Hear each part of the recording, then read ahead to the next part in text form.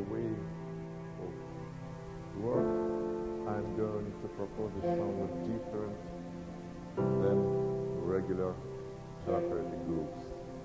So I will just say a couple of words about myself. My name is Dmitry Leontiev. I work at Moscow State University. I'm professor of Moscow State University, Russia, and I worked as a researcher and teacher in many fields linked to personality problems, personality theories, personality assessment, general introductory course on personality and motivation and all this. And also I did some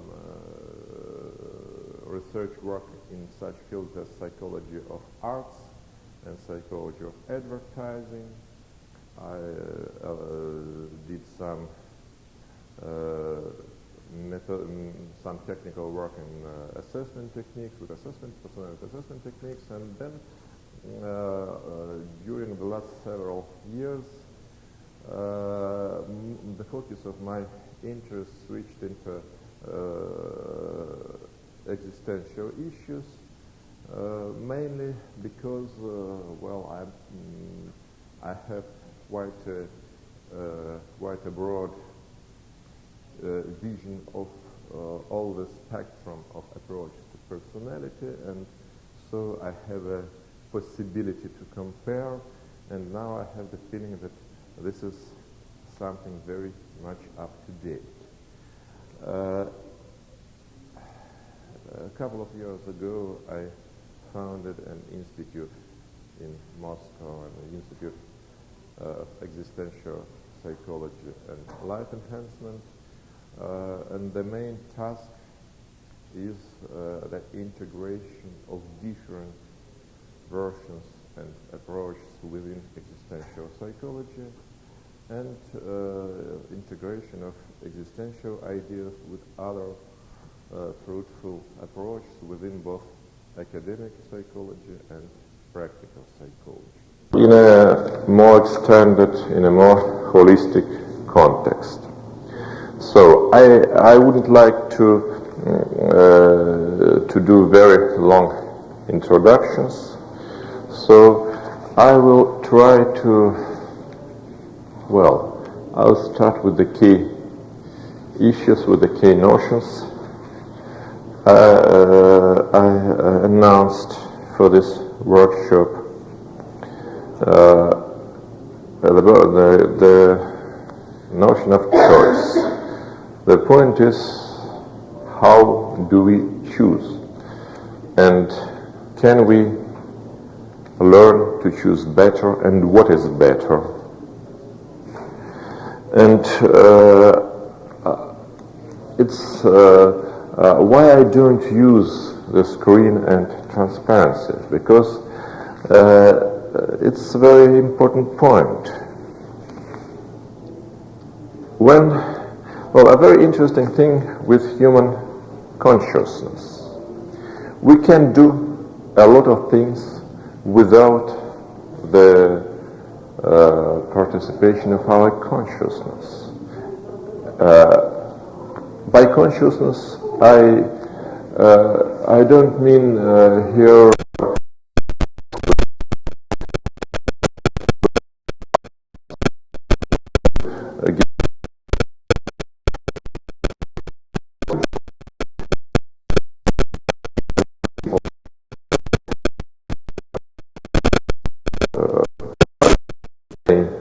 many animal species, and what I mean by consciousness is, first of all, the unique for human beings, unique capacity to detach oneself from the stream of our life, from the stream of our behavior, from what is going on with us. Something us all the time, but we are not always involved into it. My friend, psychotherapist, reported of a client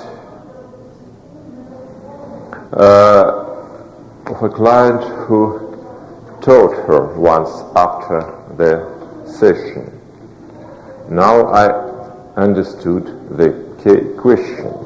The key question is whether I do live or my life leaves me." And probably this is really the key question, not only for the clients who come for therapy and for therapists themselves, but in principle, this is the key question for any person. Now, life in general, life in the world is so well organized, at least in some parts of the world. In the North America, life is so organized that we can let our life to leave us. Everything is already provided. Everything is where we can swim in this stream of stimuli, in this stream of influences.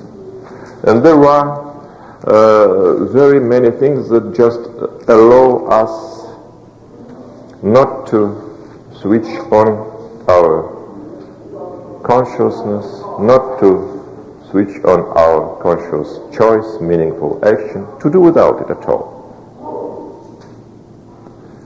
There are a lot of possibilities to live in a very simple way, not to care at all. There is another way of living, another possibility, meaningful living.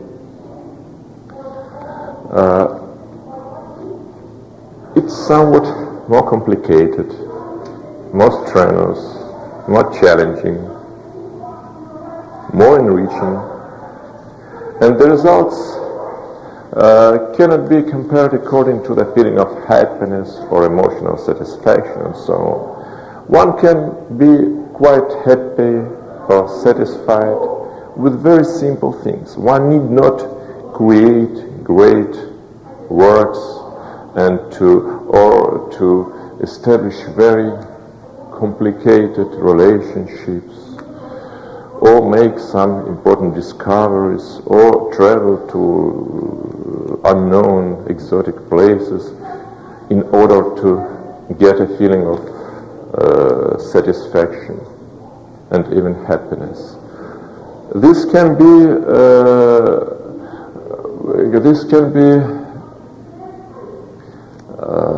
accomplished. This can be received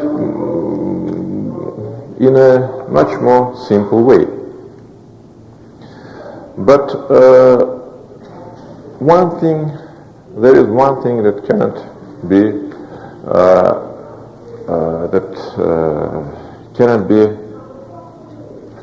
received, that cannot be earned without consciousness, without choosing. This thing is meaning.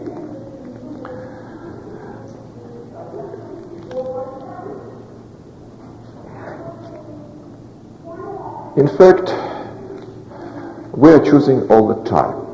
All the life is the constant process of choosing. Sometimes the choice is not especially important and has little consequences. We choose what to take for lunch, for instance. Sometimes the choice has a very far-reaching consequences for the whole life. When we choose a career, when we choose a spouse, many cases. In some cases, the choice is evident. But in many cases it is not evident, and we must take some effort to see that we do have the choice. Very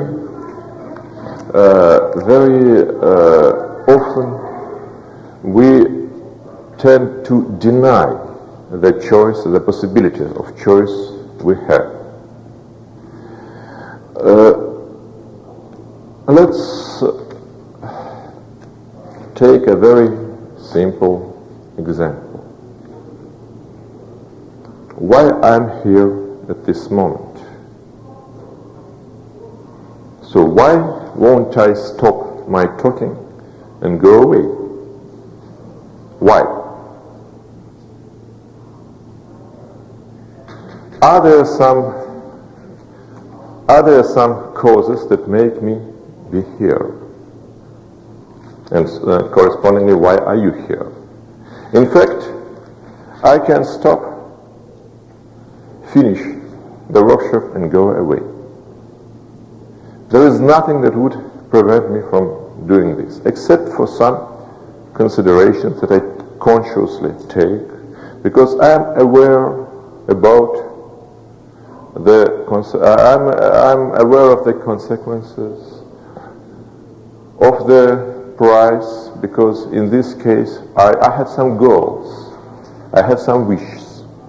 I must do something in order to implement my goals, to fulfill my wishes. And if at this moment, if I stop the dialogue and go away, then my goals would not be reached. And there will be some unfavorable consequences for me. This is nothing like a barrier. This is nothing like a ban. In fact, I can do it.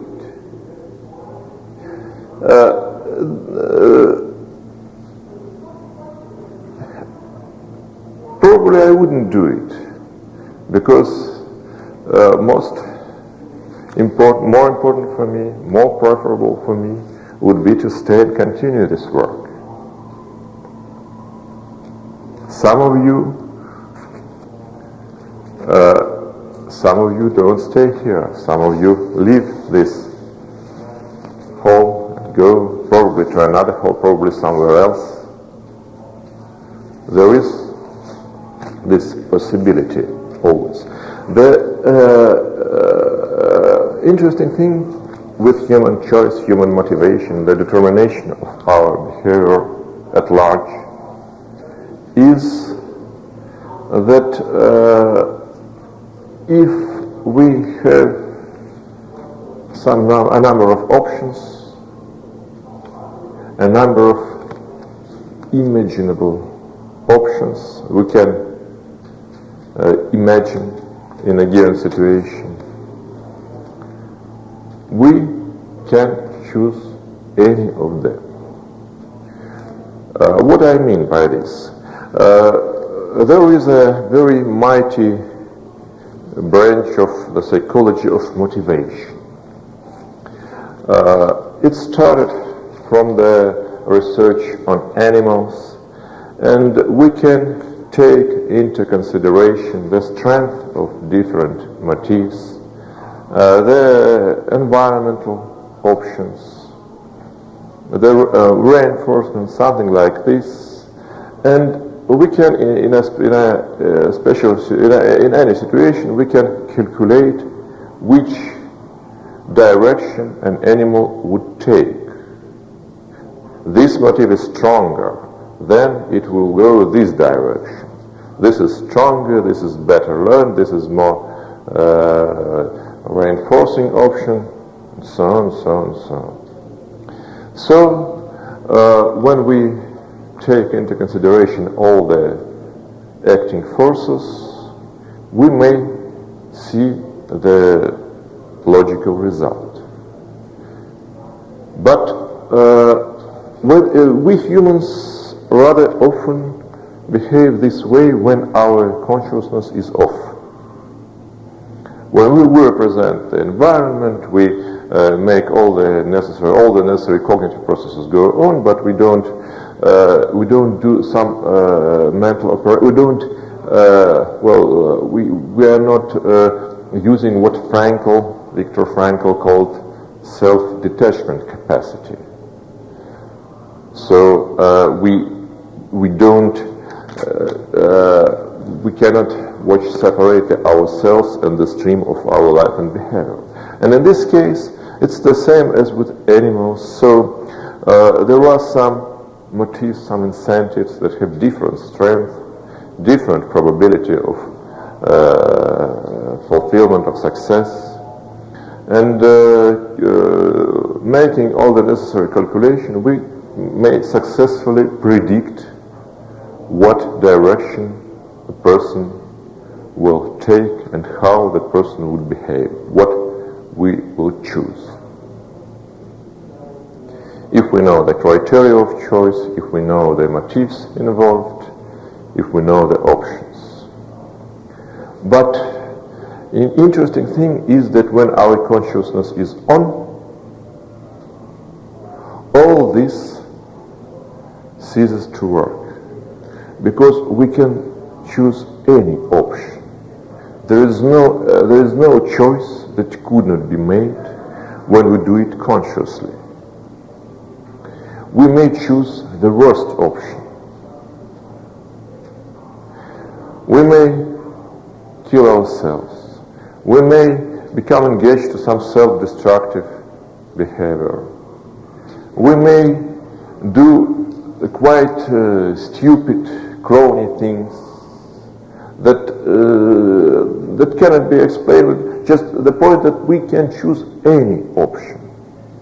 There are some mechanisms, some interesting mechanisms that are recently studied in Russian and German psychology in the context of the mechanisms of volition.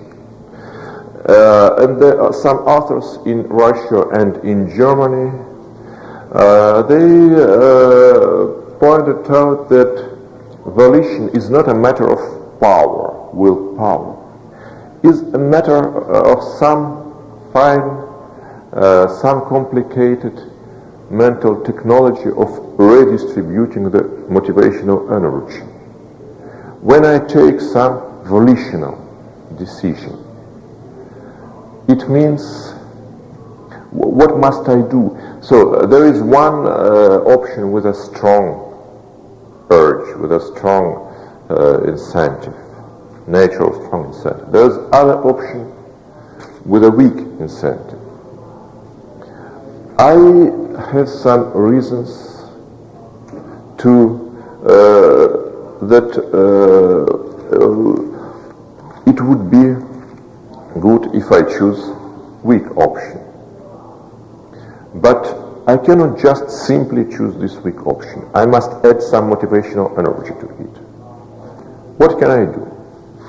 I can swear that, well, I promise someone, I promise you, I promise all the world, I promise the significant persons for me that I do this at any price. When I have promised,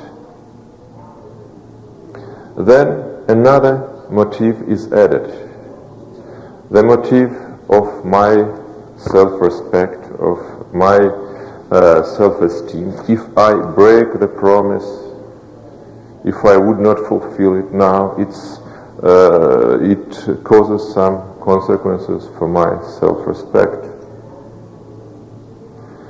That's why the strength of this option increases. I may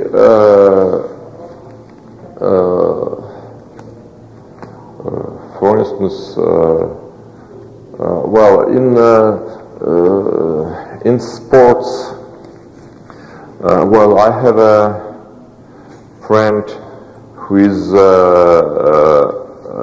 now, for this moment, probably number one sports psychologist in Russia, Rudolf Zagayev, for instance. He at the Winter Olympic Games in Salt Lake City, He worked, for instance, with Yagudin, Olympic champion. He helped him in half an hour to overcome very serious crises and to win gold medals, and with some other prominent athletes. And he has elaborated some techniques. One of them is the techniques of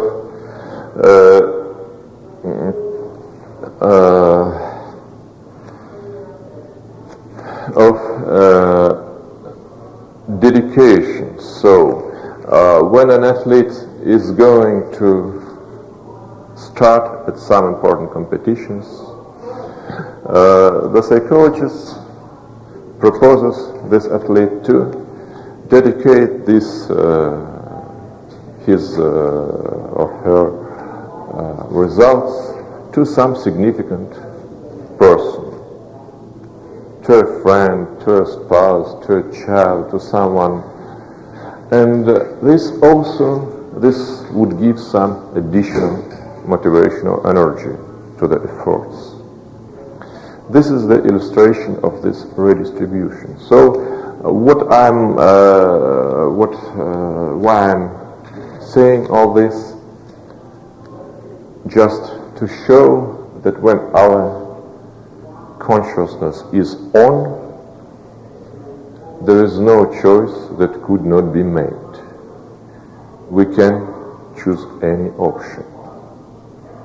We can rearrange our motivational processes in such a way that these processes would justify any of the options. It's not just a cognitive process to find a reason to rationalize this option. No, it's some process of real redistribution of energetic processes and increase or decrease in personal meaning of some options, of some directions of behavior.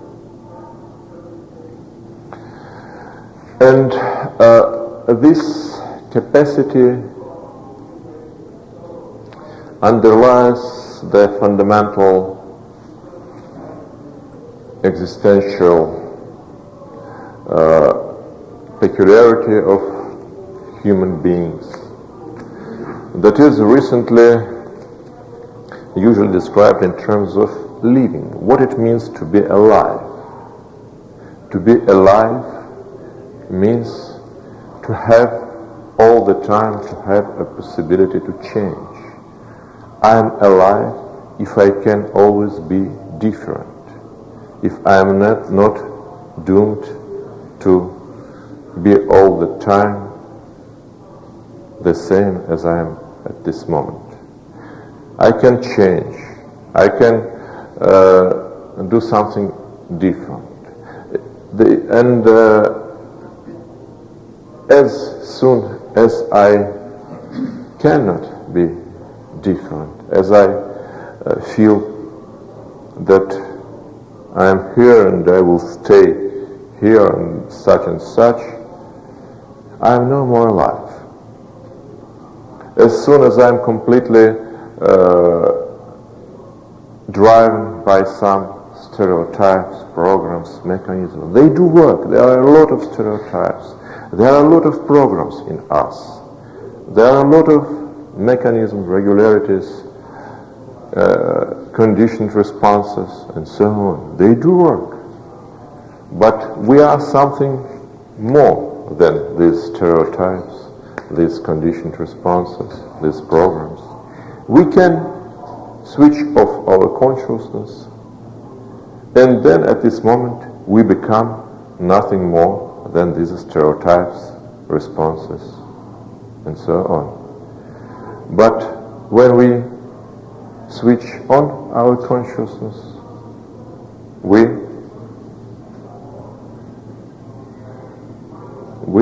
master them, and we start to live. And when our consciousness is off, the life leaves us.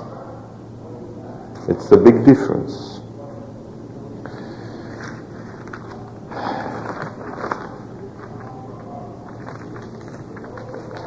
have a question. Yeah. You speak of motivational energy.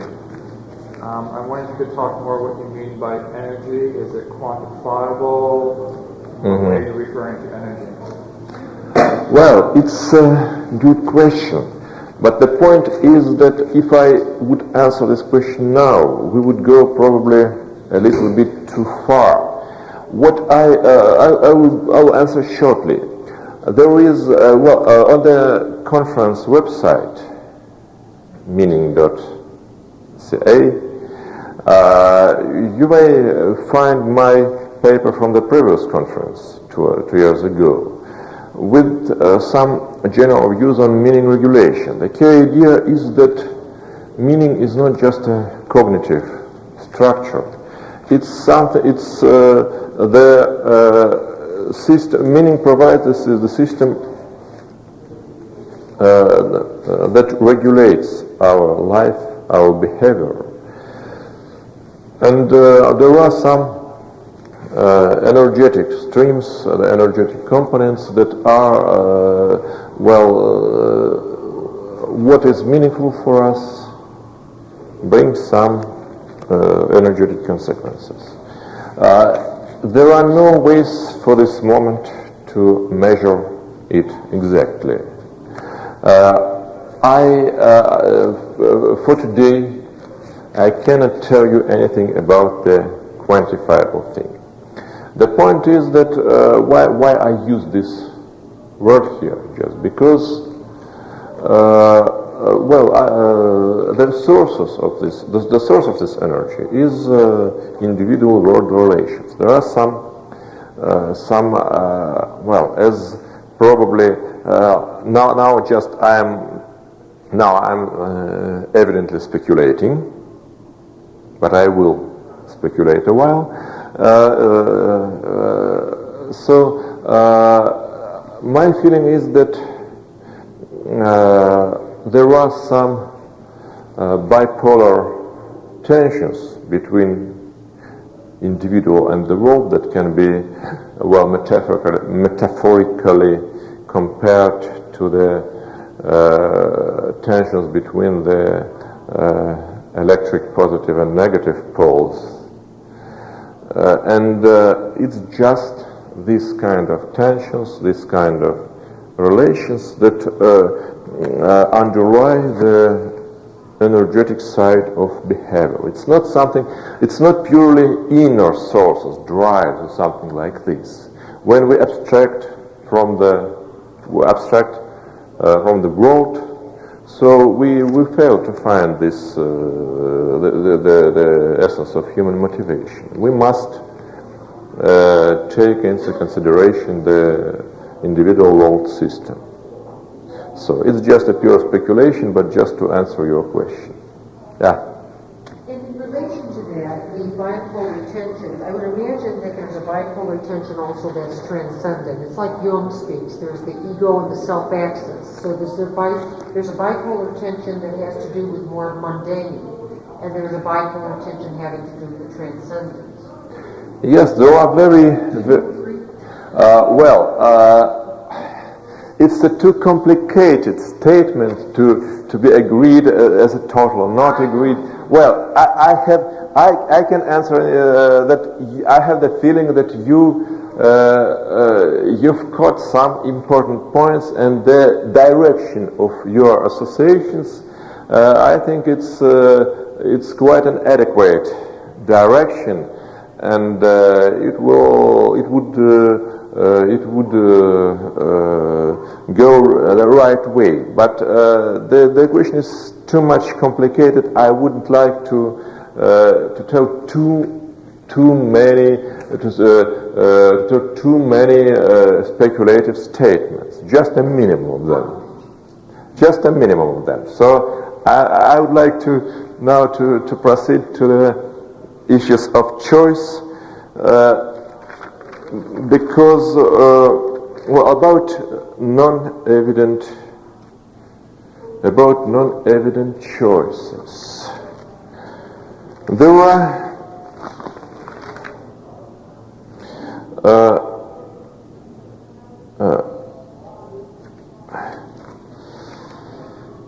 why are you here? In fact,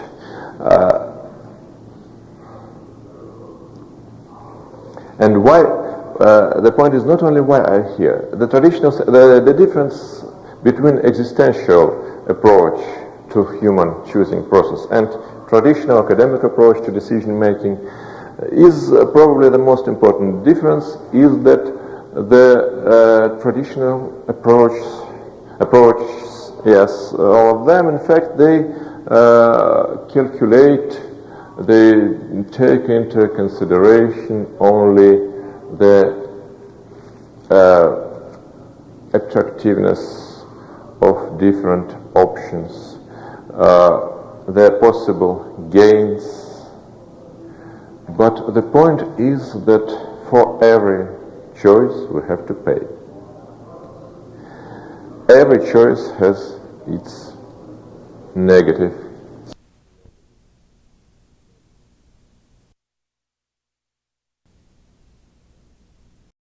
And we reject some other options all the time. We can do without it. Are you saying that that's the existential tradition as opposed to the traditional academic? I am saying that this is the main difference between the existential position regarding the problem of choice and decision making and traditional position, yes. In this context, it's not the main feature of existential approach at large. Yes, it's important, but it's not the only problem. It's not the most important probably point, but it's most important point regarding the issue of choice and decision making.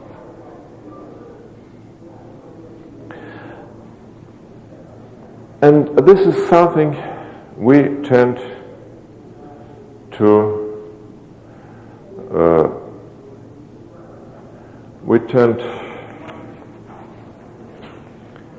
not to see. We tend to suppress. We tend to deny. Probably, well, an interesting thing, if we had more time,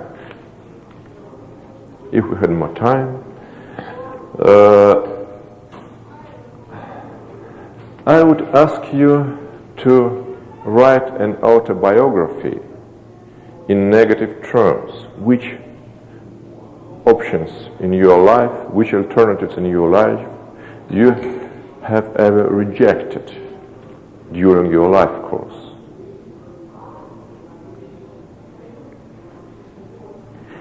What's the main difference between those two approaches, between the traditional approach and traditional academic approach and existential approach?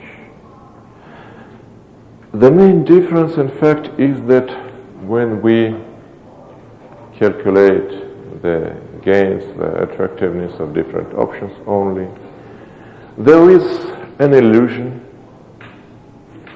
that there is some objective measure of attractiveness, objective measure of preference, so we can really do some, just where to solve the task, which of the options is the best. There is an illusion that there is a best option and we must only properly calculate it. But if we consider the price, and I will the whole day, the whole morning today, I will speak about the price. When we consider the price, we will see that choice is always a personal process, a process with personal responsibility, because to pay the price is always a voluntary act. When I see that there is some necessary price, I must accept it. I must agree to pay this price. That's why, that means that I would take the responsibility for this choice. is it possible at all to make a better choice? How do we know which choice is better?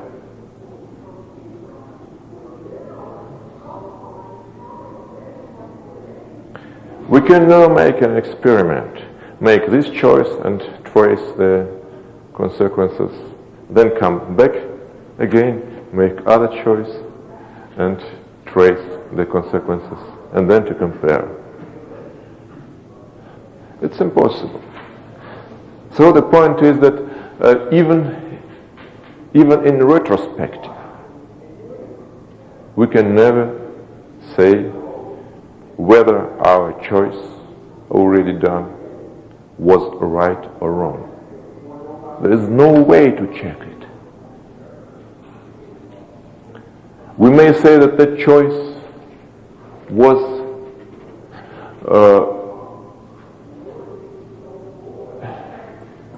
okay.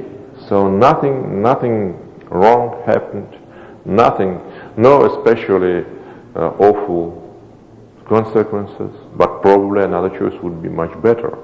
We don't know. We may tell that that's the choice already made has brought some very awful and unpleasant consequences. But probably another options would be still worse. We don't know, we cannot be sure. One of the greatest illusions is that any choice must, well, if we do some right choice, some perfect choice, everything will be okay. So we tend not to see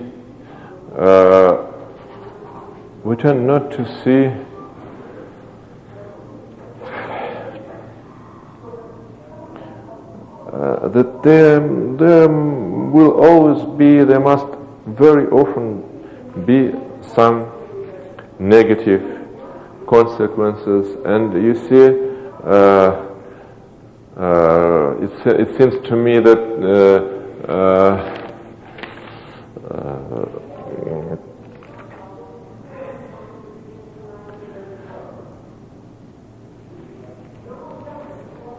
the situation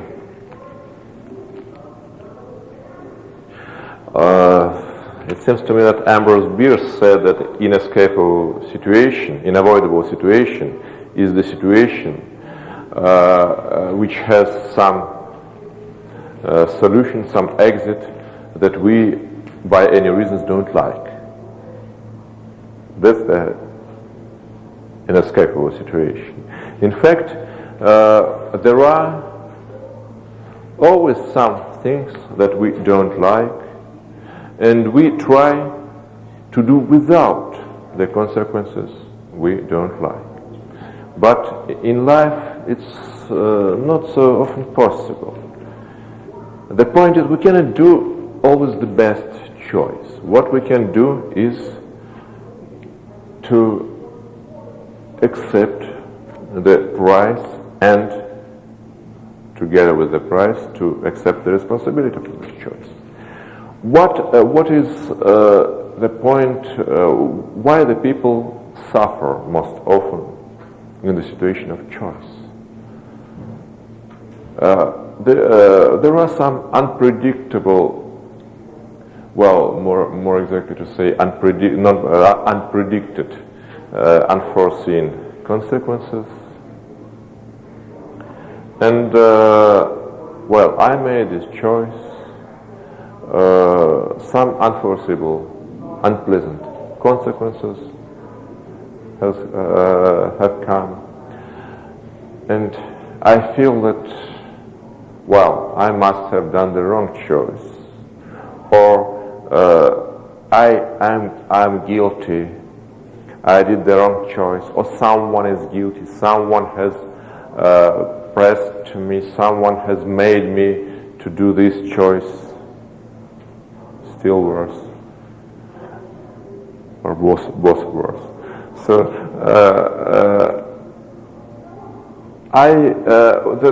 the most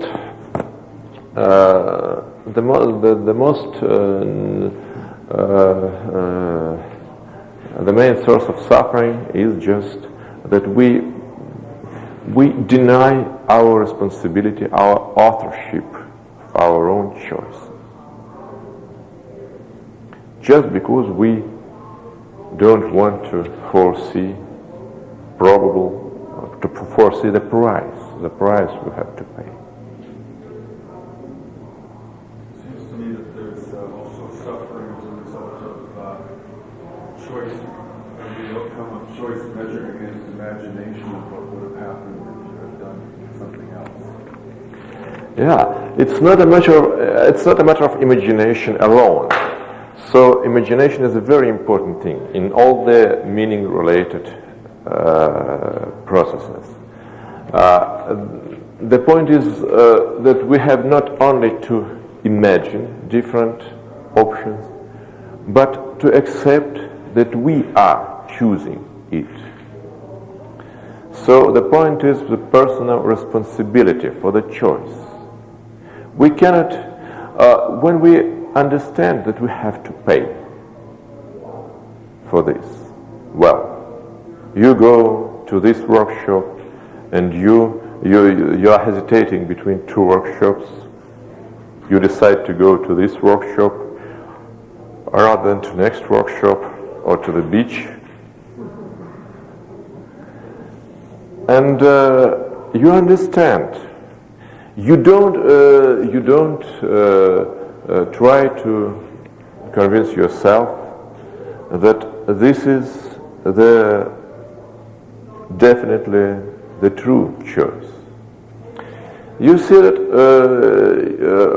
what you do is that you become aware that several options are possible. If I have this, I miss that. If I have that, I miss this. And that's me who decides what to pay and what to get. And after this, you may, well, the workshop is over. You can do some retrospective evaluation. Okay, I did the right choice, or I did the wrong choice. I should have go to other room. But if you try to persuade yourself, to convince yourself from the beginning, that's what I need, definitely, I know. And then you come to this room and you leave disappointed. Something is wrong. Why? I should have get the best option. I did not get the best option. Why? Who is guilty? Me or the conference organizer because they did not give enough information or something else? But there can be no right or wrong choices in this situation. There can be only personal choices. In each case, you have to pay something, to miss something. In this case, you have to pay with some opportunities, possibilities, that you may choose only one of the possibilities. And now I'm coming to the point of different currencies in which you may pay for your choices. Yeah, please. You mentioned that we have to understand that there's a price to be paid when we make a choice, and there would be, for some reason, some occurrence of some kind or another within us. What about thieves? Mm-hmm. Thieves, or that have that kind of a mindset that they would take without paying, without the price Does that have to do with ego responsibility? Well, I think it's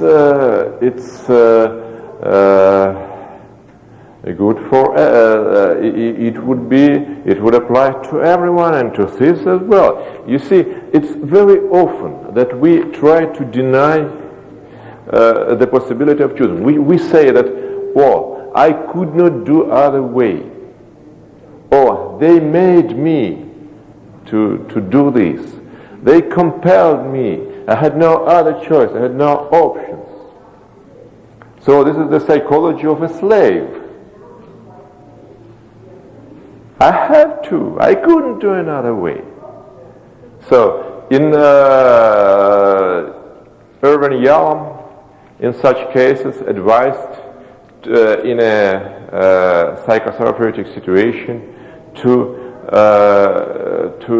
try to make the client to reformulate all the statements that start with I must to the statements that start with I will, I wish, I want. I must go to this lecture. I must go to this event. I want to go to this lecture. I want to go to this event. Probably I don't want. We must check it, whether I want it. And it's very often the excuse. You see, an interesting thing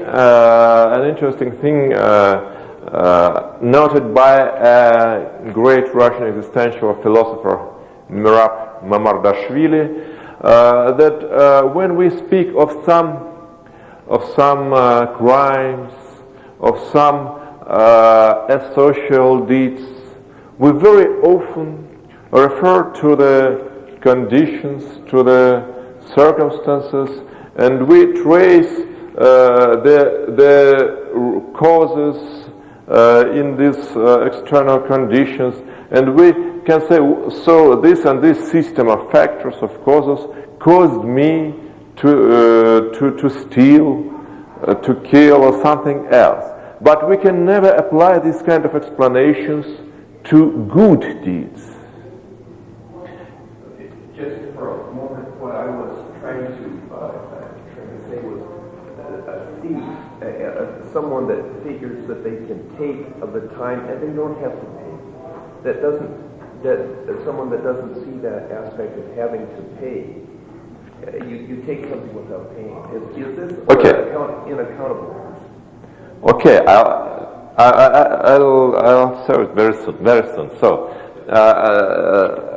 about what I was saying, that when we are doing something good, some charity, something that is not that goes from our heart, from our highest concerns, we can never point to the causes, to the factors, what made us to do this.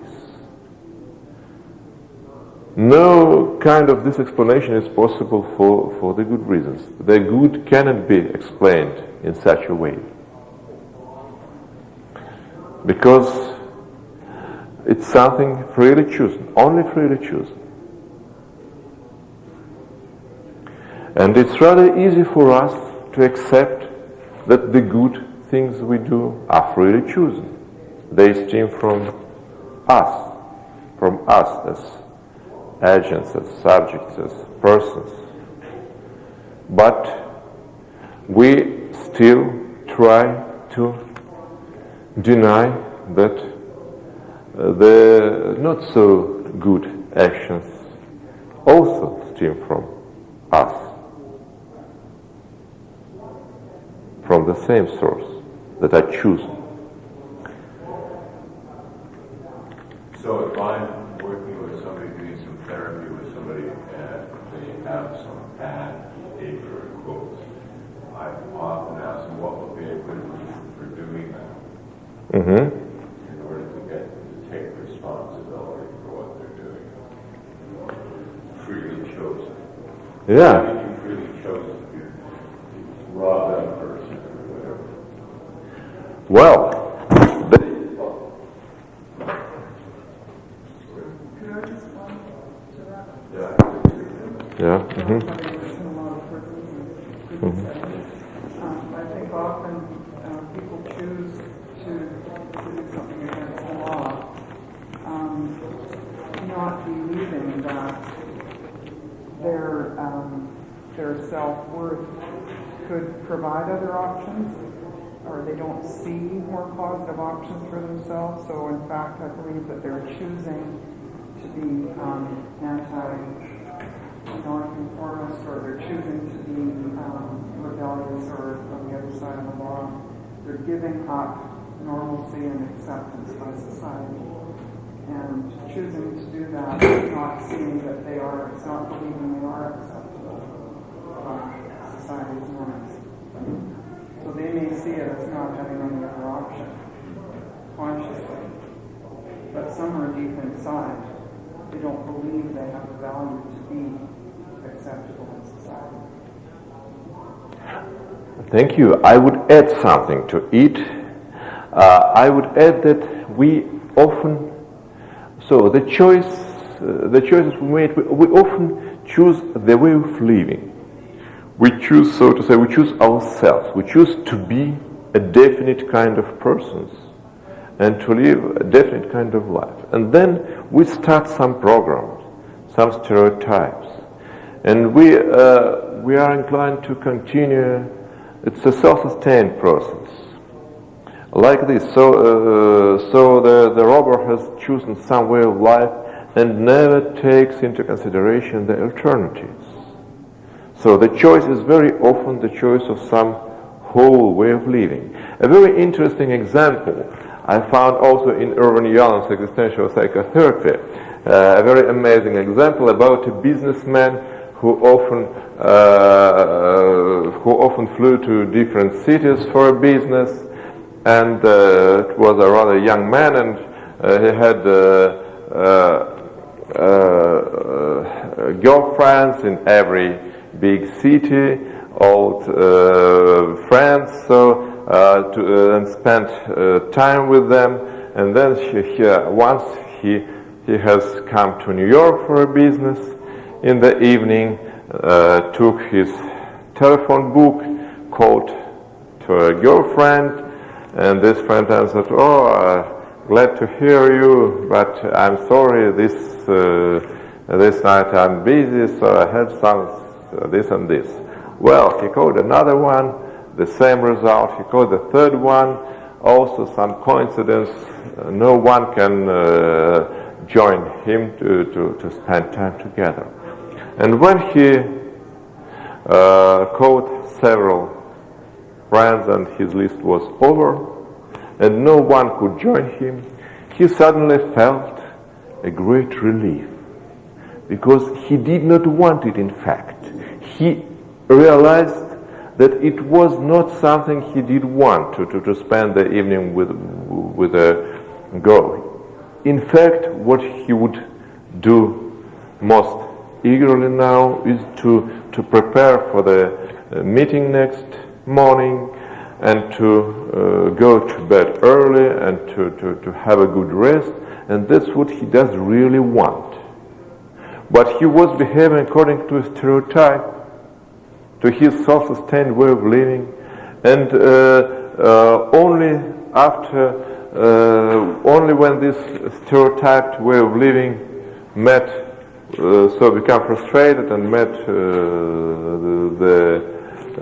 those obstacles, only then he could realize what did he really wish. So the point is that we tend to. So there's one of the mightiest motivations in human life at all, just to maintain status quo. And this is also true for robbers.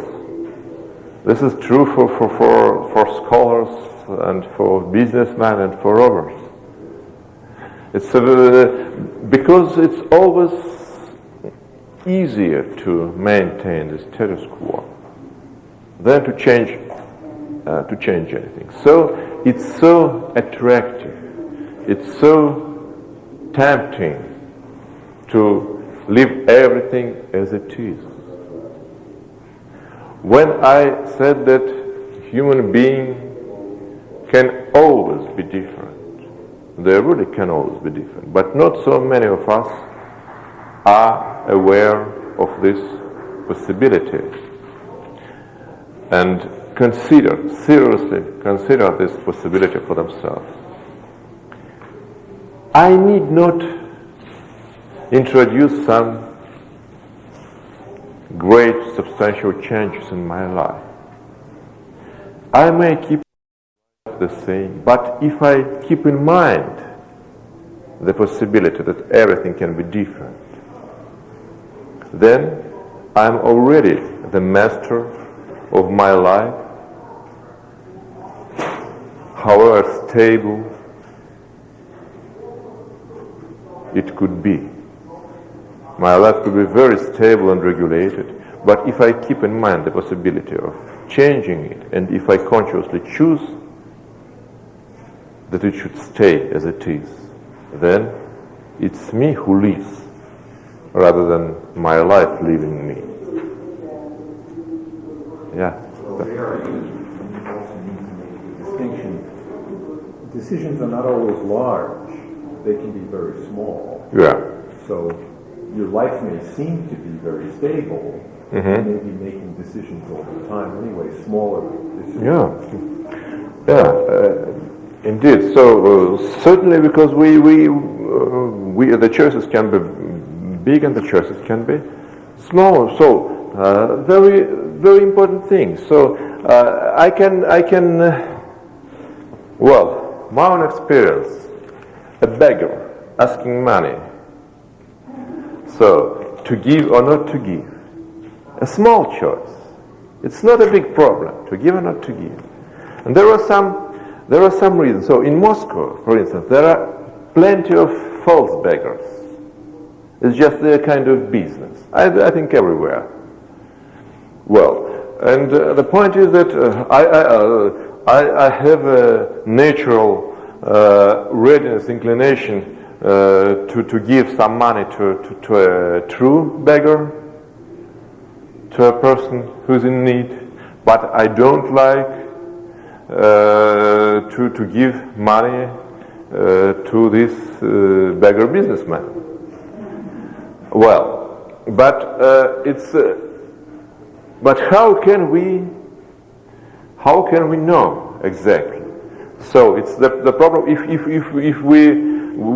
we can always we have a possibility of mistake, and the only point is the only way to solve this problem is not to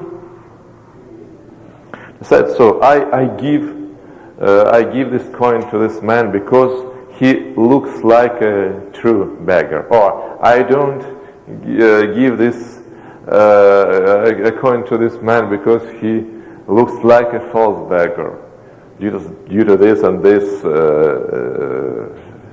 signs. But the only point is to refer to oneself.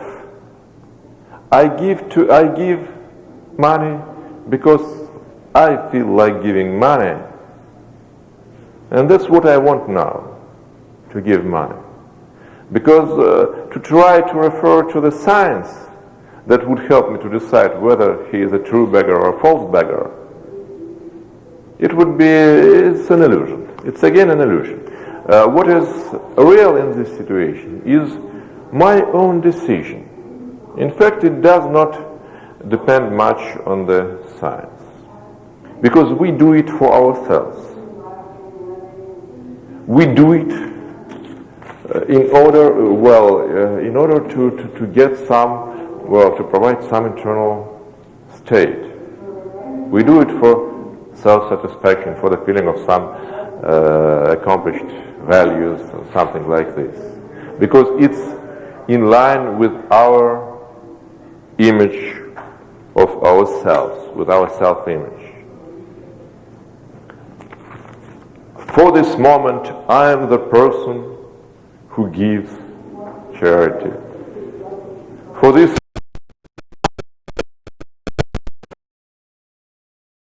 who does not give the charity. It's which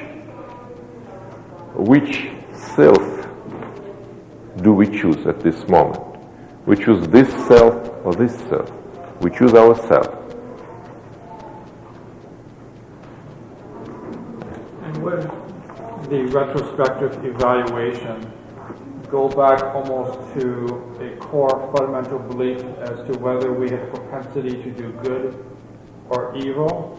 Could you talk about teachers who accept things that are freely chosen, that are good, and we can take responsibility for that, which would align with a belief that we have propensity to do good, and the things that are poor or lesser good choices, we deny the responsibility, and if we align ourselves with a propensity to do evil, then we're looking at external motivational energies that are influencing us. Yeah, we deny that it goes from us. We deny that it goes from us. There are, in fact, there are always many kind of pressures, and we may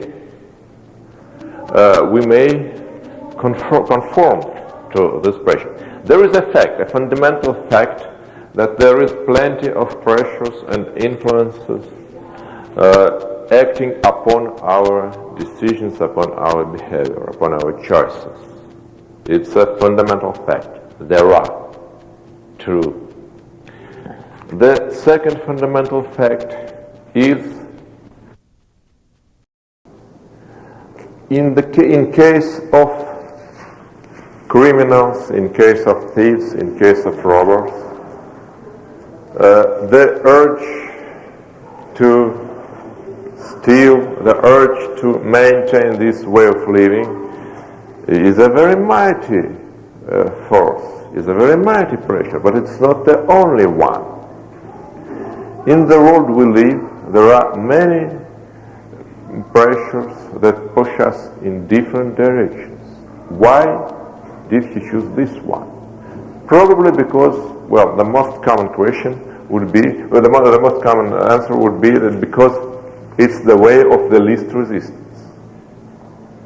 The way of the least resistance is to switch off the consciousness. And then the mightiest pressure would win. And usually, in these cases, the pressure of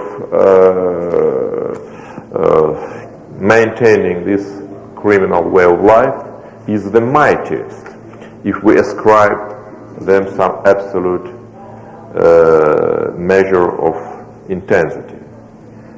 In this case, so if you switch off your consciousness, as it is often the case, it's natural to maintain this way of living. But we can switch it on, and then nothing becomes determined, and then nothing becomes definite. So, in a sense,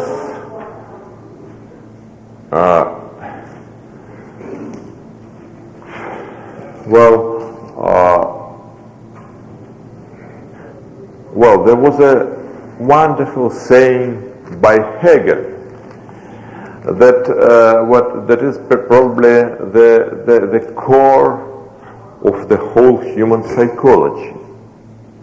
Hegel said 200 years ago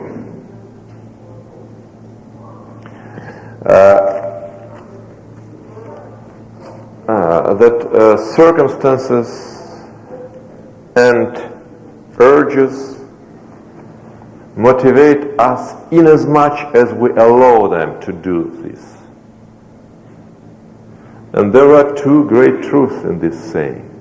First, that they can really motivate us in many cases.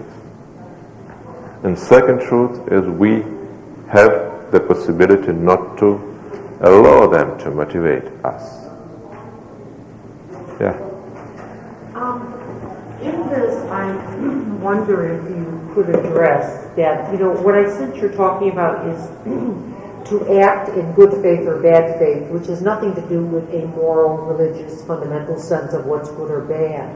It's just deciding to become, in other words, I can choose not to respond to the mundane or to respond to a transcendent function. So what I want to say is this.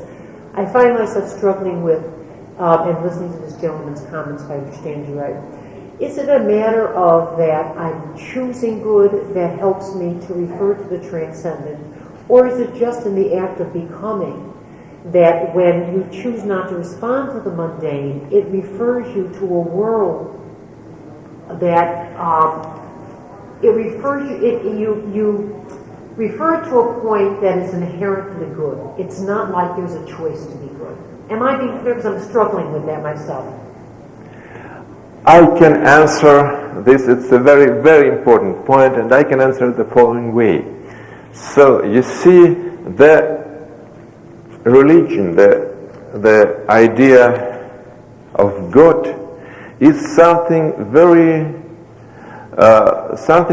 important in our choices, in our behavior, as a very mighty factor mediating our behavior. It's something that helps us to control ourselves, to mediate ourselves. But the idea of the faith, the idea of some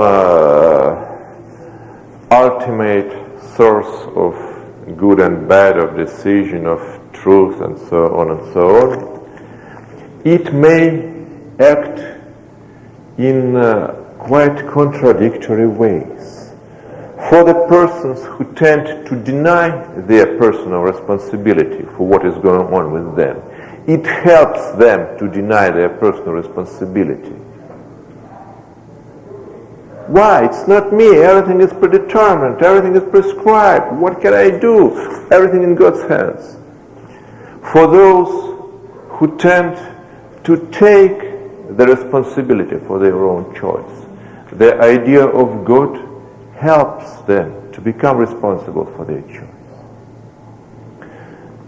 Because I see that there are a lot of factors that cause me to behave in a way of least resistance, in a simple way, not to strive to anything. But besides this mundane, there is also some higher reality, and because there is some higher reality, and we'll keep God in mind and in heart, and so I will not conform to all these pressures.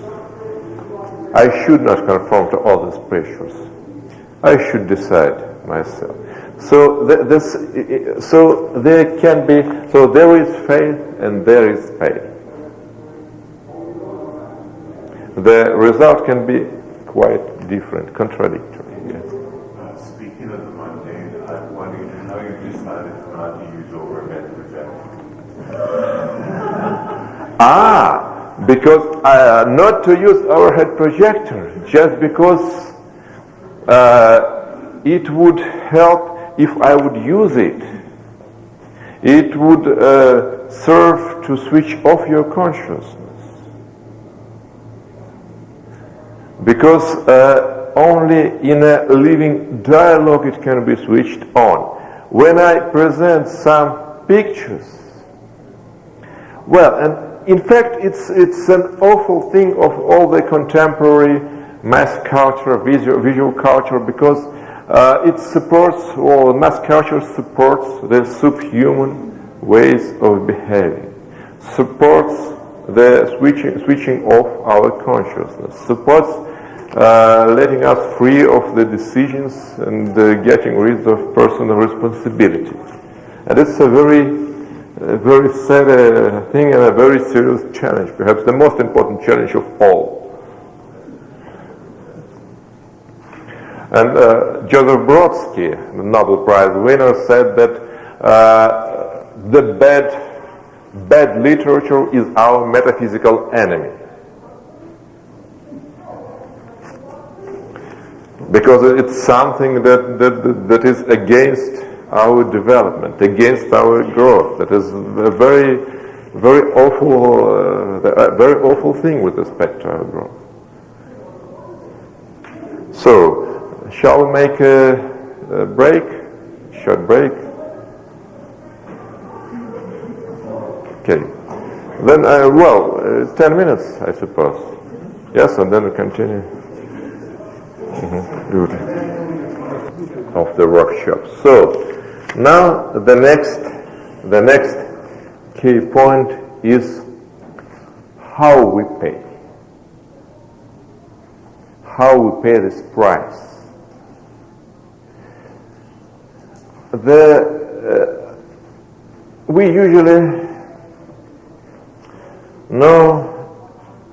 We usually consider rather few ways of payment. We tend to neglect many aspects of price we do pay for our choices. There are several different currencies in which the price may be calculated. And perhaps one of the most important things is to learn to see all those dimensions of price. The first most evident kind of currency in which we make our payments is resources. We pay by our resources for some choices. We invest money, we invest time, we invest health. Some resources we do have, we pay for getting some results, for providing some choices. It's a rather evident thing. I don't think we should dwell on it. Different kinds of resources, one price. And usually, if we pay in these terms, in money or something like this, it's the cheapest way of paying. It's the best bargain. The second way of payment, the second currency, I also mentioned it's possibilities. When the choice is made, one possibility, one option is chosen and all the others are closed. Sometimes forever, sometimes for some period. But they don't exist anymore, the possibilities.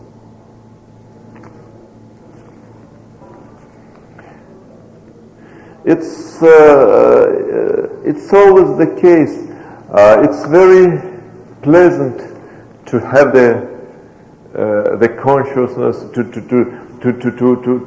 know, to see that we have so many possibilities. All the world is open. But that's why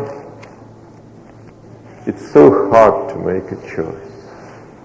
Because as soon as we make our choice, no possibilities are left. We enter a new situation with a new set of possibilities. So probably I would say that the concept of situation is defined through the set of possibilities. What is the borderline between one situation and other situation? The change in possibilities. When the set of possibilities has changed, then it means that we enter the new situation. Well, it's a formal criterion. Well, not so formal because it's not so easy to describe formally all the possibilities, but in principle it's something that can help us to define the notion of situation. The third point, the third kind of currency is reputation, image, social status. It's something all those currencies can be also used for the calculation of gains. But I would not dwell on the calculation of gains because it's a rather common thing. I would prefer to focus on price. So we may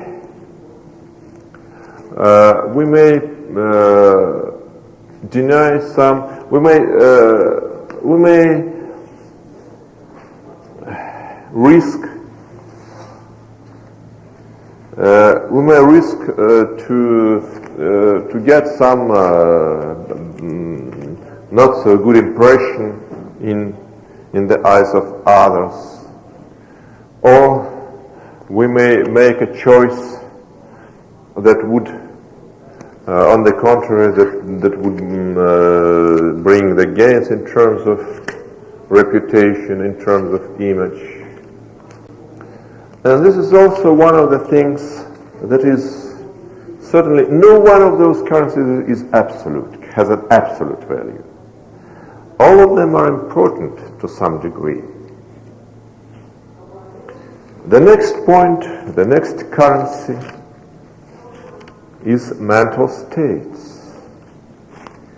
We do a lot of things in order, for instance, to reduce our anxiety. And staying with the anxiety is a very important price, as existentialists know since long ago, price for possibility to making our own choices. It's the price for freedom, because the future is unpredictable. We are not gods. The future is never foreseen. We may build some assumptions, some hypotheses in terms of personal constructs and implications, and by George Kelly. But it's just the hypothesis, nothing more.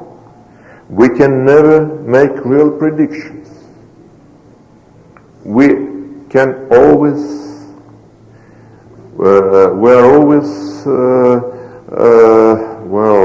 we must keep in mind the possibility to make a mistake. Human being is a being doing mistakes, and it's impossible not to do the mistakes. So it's something we must accept. We can, and it's a very important point of our responsibility to consider the probability of a mistake.